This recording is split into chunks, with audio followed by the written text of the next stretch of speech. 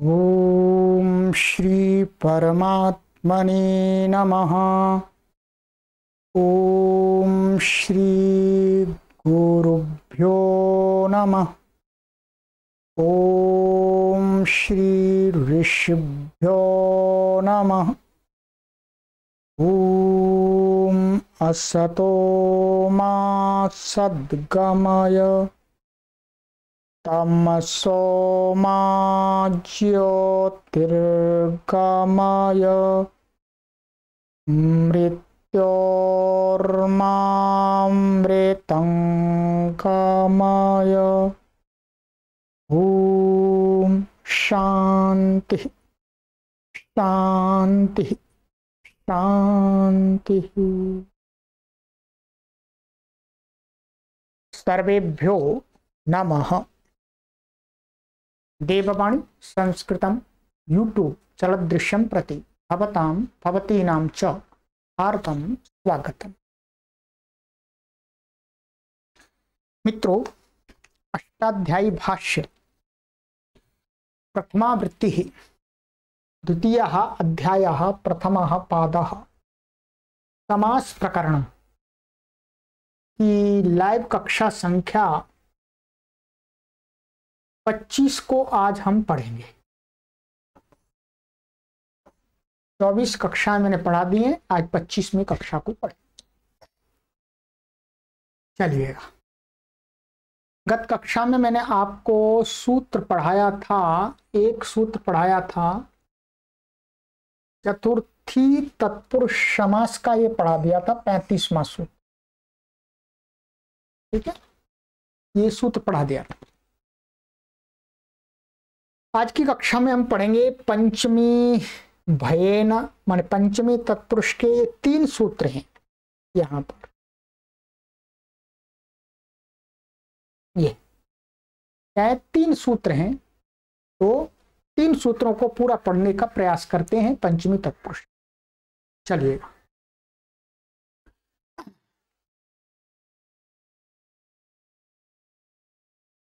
ये सूत्र आपका कंप्लीट हो गया। चलिएगा आगे, ये है पंचमी भयेन। पंचमी प्रथमा विभक्ति एक वचनांतम, भयेन तृतीया विभक्ति एक वचनांतम। अनुवृत्ति इसमें आ रही है तत्पुरुषः विभाषा सुप सह सुपा समासः, इनकी अनुवृत्ति आ रही है। अर्थः समास इसमें नहीं है। पंचम्यंतम सुबंतम भय शब्देन समर्थेन सुबंतेन सह विकल्पेन समस्यते तत्पुरुषश्च समासो भवति।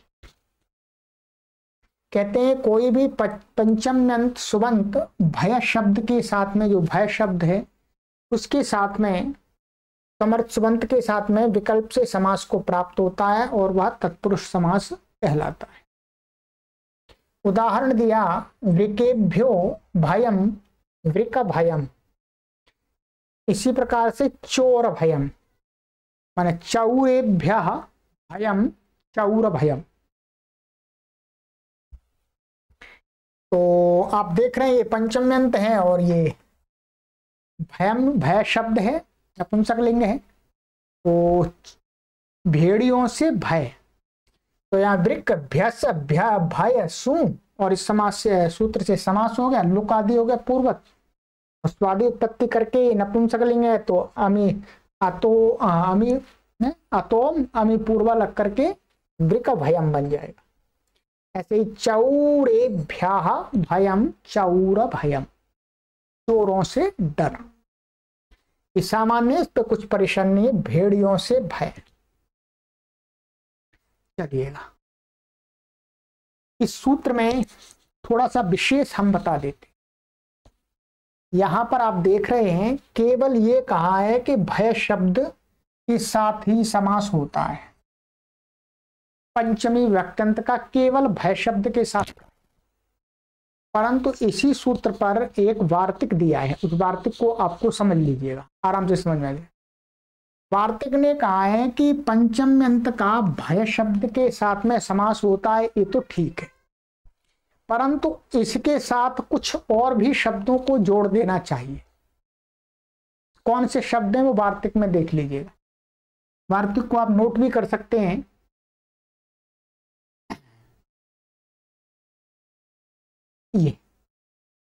ये वार्तिक है, यहां से ये वार्तिक है कि भय भीत भीति भी भिरिति वक्तव्यम, क्या है आवश्यक वार्तिक। ये सूत्र में पंचमी भयन में जो भयन है इसके साथ साथ माने भय शब्द है, भय के साथ में भीति शब्द को भी और लिखना चाहिए।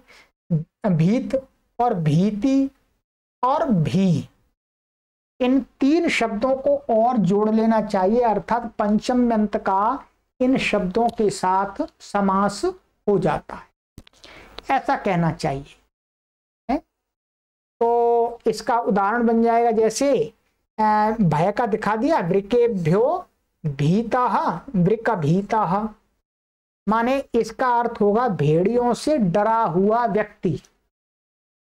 भीतः माने डरा हुआ व्यक्ति, पहले वाले का अर्थ था भेड़ियों से डर, अब भेड़ियों से डरा हुआ व्यक्ति अर्थ आ जाएगा, ठीक है। ऐसे वृक भीता हो गया तो वो ही रहेगा, वृक भ्यस भीत सु और समास होकर के, और ये पुल्लिंग है, पुल्लिंग आ जाए। ऐसे ही वृकेभ्यो भीति ही वृक भीति ही, भीति का अर्थ होता है भय। ये भय शब्द और भीति शब्द क्या है, पर्यायवाची है। क्या है, पर्यायवाची। तो वृक भीति मन वृकेभ्यो भीति ही वृक भीति ही, ये बन जाएगा। ऐसे ही वृक भी ये भी है, ठीक है। तो वृकेभ्यः भी वृक भी, तो ये इनका और समासी वार्तिक ने बता दिया आपको, ठीक है। तो यहीं पर आपको समझ में आ गया, सरल वार्तिक है, कठिन नहीं है, ठीक है। तो ये हो गया आपका ये, ठीक है।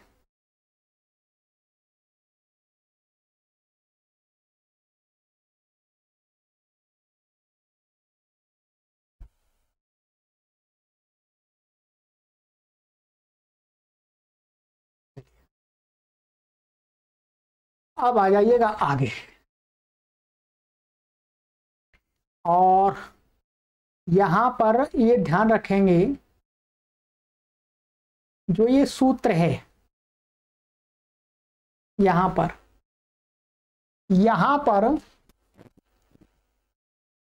कुछ आचार्यों ने ऐसा व्याख्यान किया है, इस सूत्र को तोड़ लेना चाहिए। ऐसा एक सूत्र ये बना लेना चाहिए पंचमी, और दूसरा सूत्र भयेन और वार्तिक जुड़ जाएगा, ठीक है। इसका अर्थ होगा पंचम्यंतम सुबंतम समर्थेन सुबंतेन सह समस्यते, ठीक है।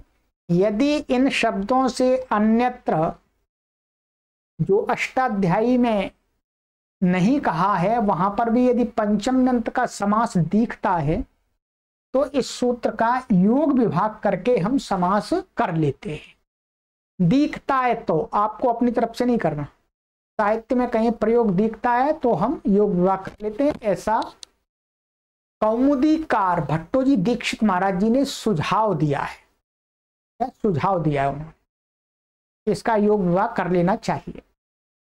तो अभी आपको सामान्य रूप से आपने समझ लिया, ठीक है। अब दूसरा सूत्र है अपेता पोढ़ मुक्त पतिता पत्रस्तैरल्पशः, ये है अपेता पोढ़ मुक्त पतिता पत्रस्तैः तृतीया विभक्ति ही बहुवचनांतम अल्पशः अव्यय पदम, ठीक है। ये समास ये लिखा है, गुरुजी ने लिख दिया अपेता पोढ़ इत्यत्र इतरेतर योग द्वंद्व। अब इतरेतर योग द्वंद्व आप कर लीजिएगा, मैं बता देता हूं आपको, ठीक है।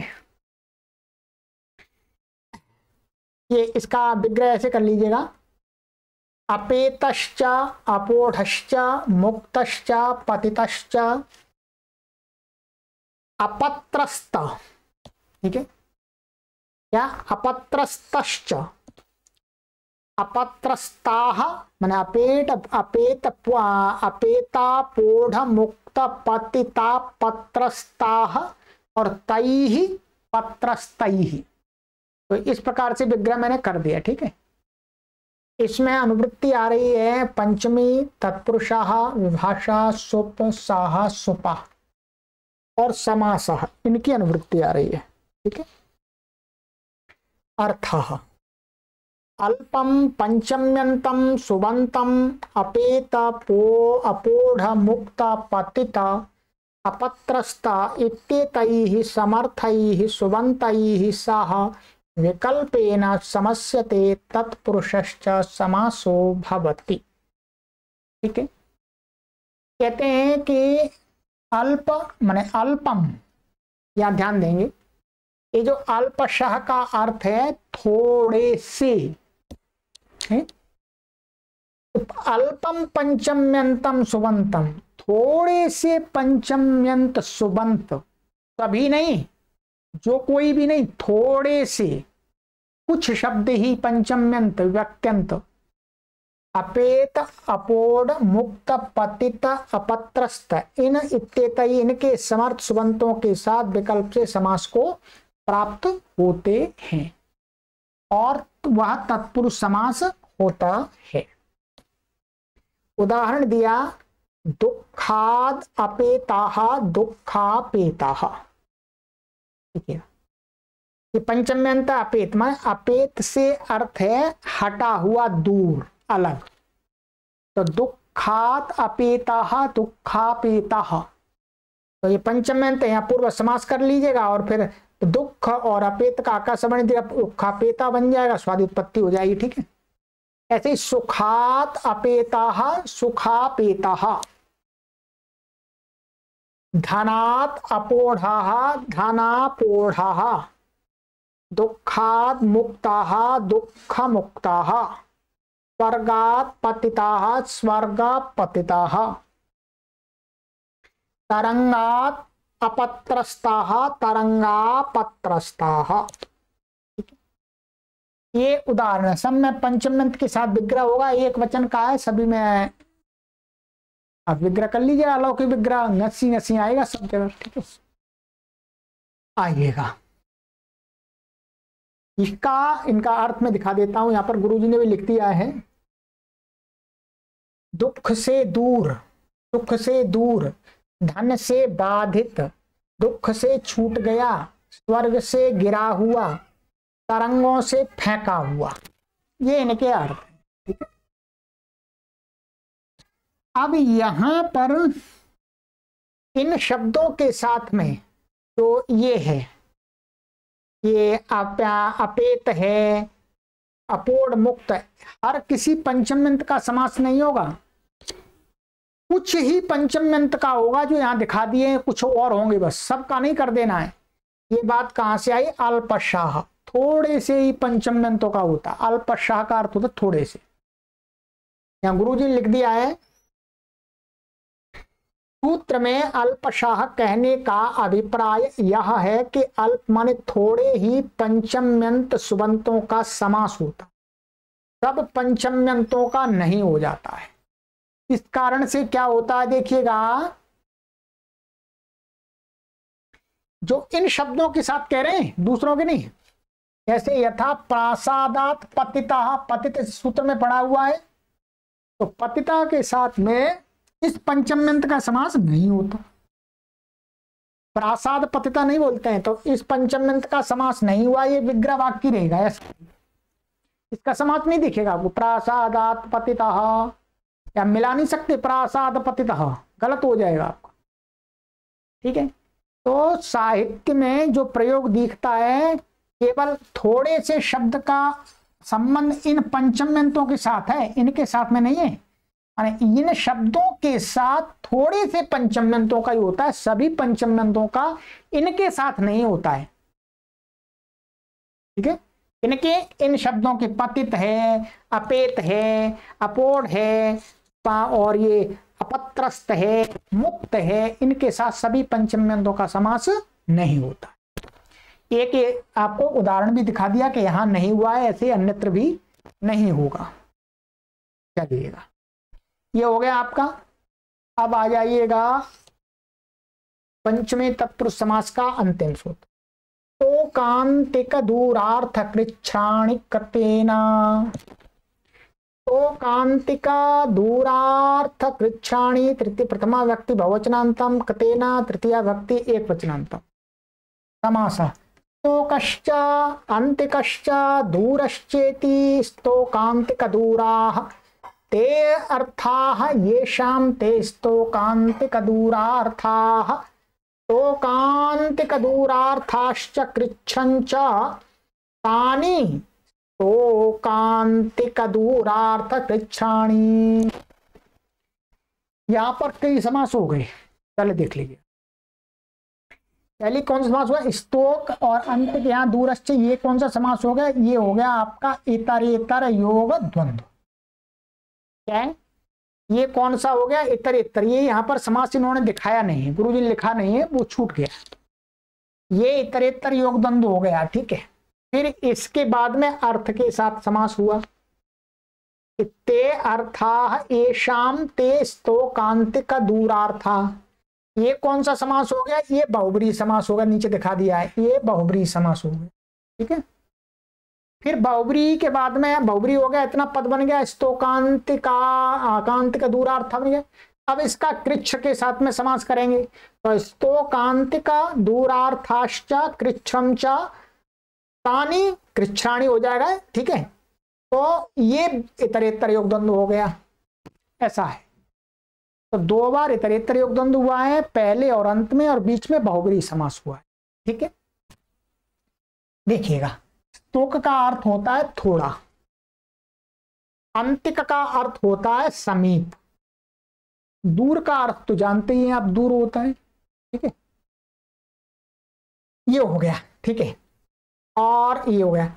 अब इनके अर्थ वाले माने क्या है? स्तोक, अंतिक और दूर के पर्यायवाची।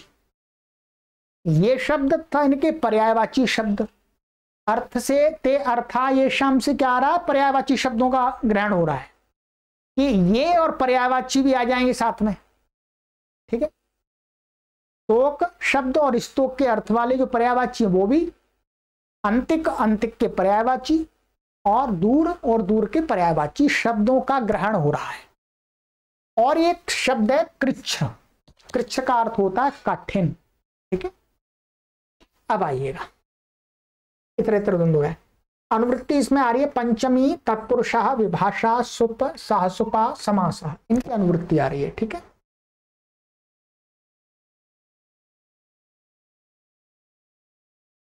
अर्थः स्तोक अंतिका दूर इत्येवमर्थाः शब्दाः कृच्छ शब्दश्च पंचम्यन्ताः कृतान्तेन समर्थेन सुबन्तेन सह विकल्पेन समस्यन्ते तत्पुरुषश्च समासो भवति।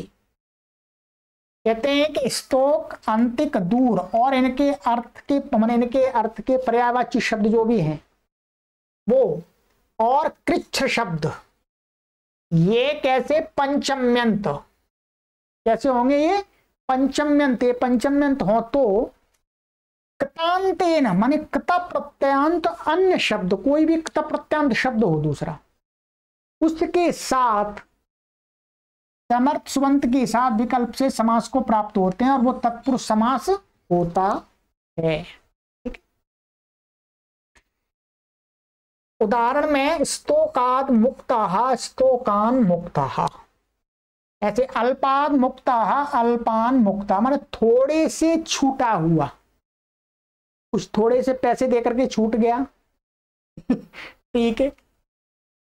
अंतिकाद आगतः अंतिकादागतः, अभ्यासादागतः दूरादागतः दूरादागतः, विप्रकृष्टादागतः कृच्छ्राद मुक्ता, कृच्छ्रान मुक्ता, कृच्छ्राद लब्धा, कृच्छ्रान लब्धा।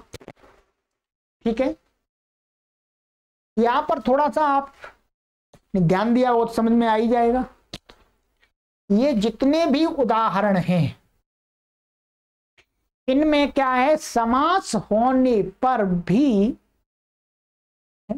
समास होने पर भी जो बीच की विभक्ति है पंचमी उसका लुक नहीं हुआ है। आप देख रहे हैं ना, क्या है, स्तोकाद मुक्ता तो स्तोकान मुक्ता, तो ये पंचम में अंत है। स्तो का द को ना हो जाता है संधि होकर के, मैं बता दूंगा अभी, पर यहां पंचमी का लुक नहीं हुआ, अलुक हो गया। जबकि नियम क्या है, समास होते ही सुपो धातु प्रातिपदिकयों से लुक हो जाता है। नियम तो यही है, सुपो धातु प्रातिपदिकयों से क्या होता है, लुक हो जाता है। लुक होना चाहिए, लुक हुआ नहीं है। आप सब जगह देख लीजिएगा, अंतिकाद आगता, तो अंतिकाद आगता यहाँ पंचमी है बीच में, यहाँ पर भी है, यहाँ पर भी है, यहाँ पर भी है, यहाँ पर भी है, सब जगह है। तो इसका इन शब्दों के साथ जब समास होता है तो विभक्ति का अलुक कहा है, अर्थात लुक नहीं होता है। वो सूत्र देख लीजिएगा मुख्य रूप से। यहां पर क्या था, ये स्तोकाद मुक्ता, स्तोकान मुक्ता, तो ये क्या स्तोकाद है, पंचमी का रूप है। स्तोकात था तो झलाम झस्सो अंते से तक द हो जाता है। फिर यहां पर ये समास हो गया सूत्र से, बीच की विभक्ति का लुक नहीं हुआ है, बीच की का विभक्ति का लुक हुआ ही नहीं है। ठीक है, जैसा है वैसा का ही रहेगा ये। तो स्तोकान मुक्ता, तो अब ये द, ये झलाम झस्सो अंते से तक को द हो गया, फिर द को न हो जाता है, द को न हो जाता है किससे, यहां सूत्र लिखा हुआ है गुरुजी ने, फिर देख लीजिएगा। लुप्त अलुक किससे होता है, लिखा समाज पक्ष में सुपो धातु प्रातिपदिकयों से जो पंचमी का लुक प्राप्त था उसका पंचम्याह स्तोकादिभ्या, ये 6वें अध्याय के 3रे पाद का दूसरा सूत्र है कि स्तोकादि, ये जो स्तोकादि सूत्र में पढ़े हुए हैं, इन शब्दों से पंचमी विभक्ति का समास में लुक नहीं होता है। ये मना करता है कि अलुक अर्थात लुक नहीं हुआ। ठीक है, समास होने से यही लाभ हुआ। समास होने से फिर लाभ क्या हुआ, लाभ ये हुआ कि एक पद बन गया। अब ये पंचमी बनी रहेगी परंतु पूरा एक पद माना जाएगा, एक पद बन गया पूरा समस्त पद। और दूसरा एक स्वर हो गया, और जब स्वर की बात करेंगे तो इसमें अब क्या है, पूरा मिलाकर के दोनों पदों का एक स्वर लगेगा। स्वर मतलब उदात्त अनुदात्त आदि। ठीक है, अब देखिएगा ये सूत्र का ये पंचम्या स्तोकादिभ्या क्या कहता है, ये देख लीजिएगा, मैंने आपके लिए यहां पर निकाला हुआ है। देखिए,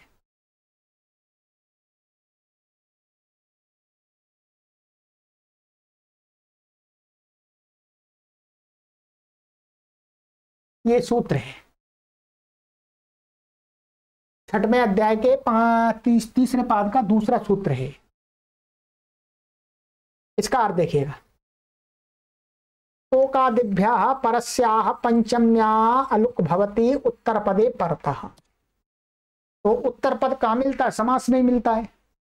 तो स्तोकादि जो शब्द है, स्तोकांतिक दूरार्थ कृच्छ, ये जो शब्द हैं इनसे उत्तर पंचमी का अलुक होता, लुक नहीं होता है। ठीक है, बस इसने ये कर दिया। वही उदाहरण यहाँ पर है, स्तोकान मुक्ता, अल्पान मुक्ता, अंतिकादागता, अभ्यासादागता, दूरादागता, कृच्छान मुक्ता, ये सारे वही उदाहरण हैं। ठीक है, तो अब क्या हुआ ये देखिए, बस तो लुक हो गया, अलुक हो गया। और अब स्तोकान मुक्ता में क्या है, जो द को न हो जाता है, यरो नुनासिके नुनासिको वा, माने अनुनासिक के, ये मां अनुनासिक, अनुनासिक के पर रहते पूर्व का जो यर है उसको भी क्या हो जाता है, अनुनासिक हो जाता है। यरो नुनासिको नुनासिके वा है, तो यरो नुनासिके नुनासिको वा से अनुनासिक हो जाएगा। तो क्या है, तो ये द को न हो गया, अनुनासिक तवर्ग का न हो गया, तो क्या बनेगा, स्तोकान मुक्ता। और जहां पर द दिख रहा है त को दूर आदागता दूर आतागता, तो यहाँ त को द हो गया झलाम जशवंते। और यहाँ पर भी ये द दिख रहा है, पहले तई था स्तोकात, वो भी झलाम जशवंते से पहले द हो गया था, फिर न हो गया है। बस इसमें इतना ही है, इसमें इतना ही है। यहां पर थोड़ा विशेष है, बता देता हूं, देखिएगा। ये सामान्य, यहाँ पर भी यरोन्नास के नासिकोवा से न हो गया। कृच्छ्राल लब्ध, यहाँ क्या है, द को ल हो गया। क्या हो गया, द को ल। इसके लिए सूत्र आपको पहले पढ़ाया है, एक सूत्र है तोरली। क्या सूत्र है, तोरली।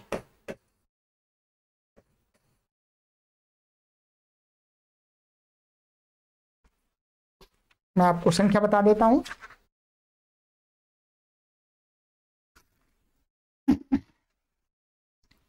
आठ 4 59 है ये, 8 4 59 माने 59।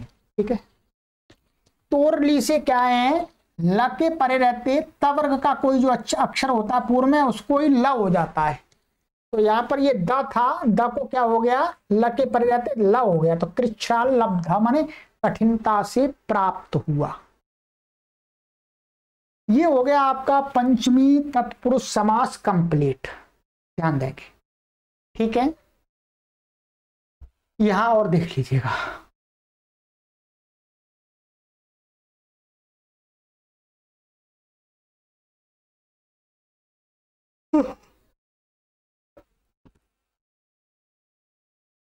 ठीक है, तो ये पंचमी तत्पुरुष समास आपका कंप्लीट हो गया। वार्तिक भी मैंने बता दिया और योग विभाग वाली जो बात थी वो भी बता दी है। ठीक है,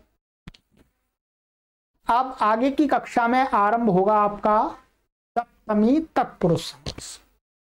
षष्ठी तत्पुरुष समास बाद में आएगा, काफी बाद में आएगा, वो दूसरे पाद में आएगा। अब सप्तमी आएगा, सप्तमी आएगा, फिर उसके बाद में समानाधिकरण तत्पुरुष आएगा। ठीक है, तो द्वितीय हो गया, तृतीय हो गया, चतुर्थी हो गया और पंचमी तत्पुरुष समास हो गया पूरा। अब सप्तमी आ जाएगा, इस प्रकार से अब चलता रहेगा। अब सरल है, अब कठिन नहीं है, अब सरल आ गया आगे। अब मैं आपके आगे की कक्षाओं में जल्दी जल्दी जल्दी जल्दी 10-10 सूत्र, 15-15 सूत्र इस प्रकार से पढ़ाऊंगा। ठीक है, तो आज की ये कक्षा, अब आपको मैंने काफी भूमिका बना दी है। अब मैं छोटी छोटी बातों को बार बार नहीं दोहराऊंगा। ठीक है, अब आपको ध्यान रखना होगा। चलिएगा, आगे की कक्षा में मिलते हैं मित्रों। निरंतर आपका सहयोग, ईश्वर का आशीर्वाद, ईश्वर की कृपा से ये एक महान कार्य हो रहा है संसार में। आप अपना सहयोग निरंतर प्रदान करते रहिएगा, जिससे हम इस काम को और अधिक से अधिक कर सकें। आप सभी पुण्य आत्माओं को कोटि कोटि प्रणाम करते हैं। सर्वेभ्यो नमः।